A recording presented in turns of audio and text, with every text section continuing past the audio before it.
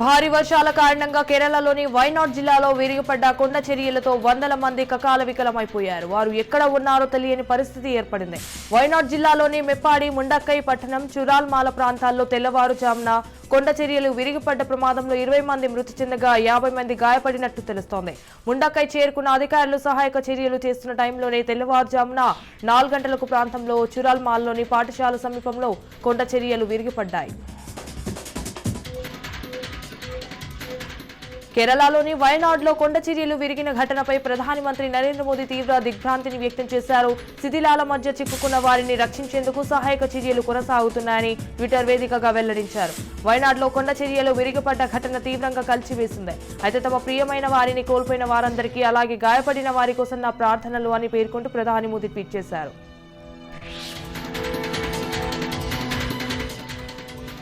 జార్ఖండ్లోని చక్రధర్పూర్లో తెల్లవారుజామున రైలు ప్రమాదానికి గురైంది. హోరాహోరీ సిఎన్టీ ఎక్స్ప్రెస్ ట్రైన్ చక్రధర్పూర్ సమీపంలో పట్టాలు తప్పింది. ఈ దుర్ఘటనలో 2 మృతి చెందగా 6గురికి గాయాలయ్యాయి.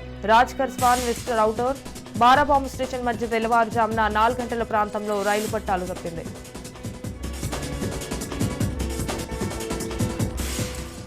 భారత్, చైనా దేశాల మధ్య సంబంధాలు బాగోలేవని విదేశాంగ మంత్రి జయశంకర్ అన్నారు. 2020లో సరిహద్దులో సైన్యాన్ని మోహరించడం ద్వారా చైనా ఒప్పందాలను ఉల్లంఘించడమే ఇందుకు కారణం. ఇది ఘర్షణకు దారితీసింది. 2 వైపుల సైనికులు ప్రాణాలు కోల్పోయారు. సరిహద్దు సమస్యపై మూడో దేశం జోక్యం అక్కర్లేదని స్పష్టం చేశారు. భారత్, చైనా మధ్య ఉన్న అసలు సమస్యను పరిష్కరించడానికి ఇతర దేశాల వైపు తాము చూడడం లేదన్నారు. నీట్ యూజీ కౌన్సిలింగ్ ఆగస్టు 14 నుంచి ప్రారంభమవుతోందని నేషనల్ మెడికల్ కమిషన్ వెల్లడించింది. కౌన్సిలింగ్ కు సంబంధించిన రిజిస్ట్రేషన్ ప్రక్రియ ఆగస్టు మొదటి వారంలో మొదలవుతుందని NMC secretary doctor B Srinivas తెలిపారు. తాజా వివరాల కోసం ఎన్సీసీ వెబ్సైట్ ను సంప్రదించాలని అభ్యర్థులకు సూచించారు. దేశవ్యాప్తంగా 710 వైద్య కళాశాలల్లోని సుమారు 1.10 లక్షల ఎంబీబీఎస్ సీట్ల ప్రవేశాల కోసం కౌన్సిలింగ్ చేపట్టనున్నట్లు చెప్పారు. అలాగే 21,000 బీడీఎస్ సీట్లతో పాటు ఆయుష్, నర్సింగ్ సీట్లను భర్తీ చేయనున్నట్లు తెలిపారు.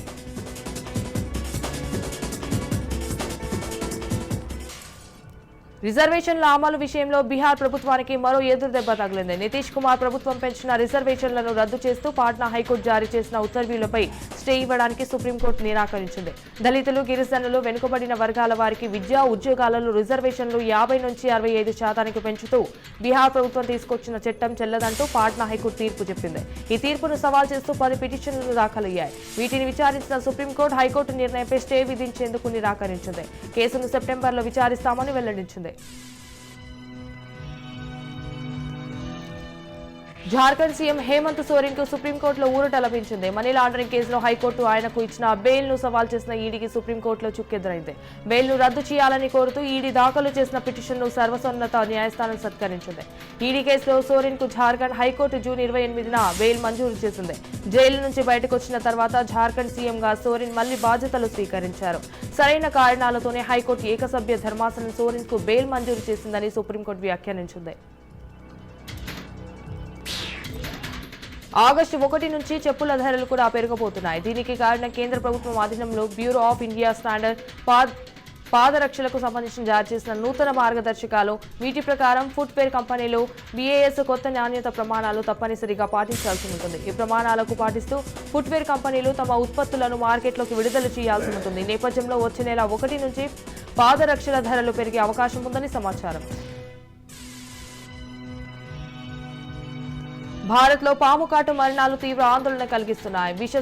విషసర్పాల కారణంగా దేశంలో ఏటా వేల సంఖ్యలో జనాలు తమ ప్రాణాలు కోల్పోతున్నారు. ఈ మేరకు పాముకాటు మరణాలపై బీజేపీ ఎంపీ రాజు ప్రతాప్ రూడి తీవ్ర ఆందోళన వ్యక్తం చేశారు. దేశంలో ఏటా 30 నుంచి 40 లక్షల మంది పాముకాటుకు గురవుతున్నారని, అందులో 50,000 మంది చనిపోతున్నారని బీహార్లో సరన్ లోక్సభ బీజేపీ ఎంపీ రాజు ప్రతాప్ రూడి తెలిపారు.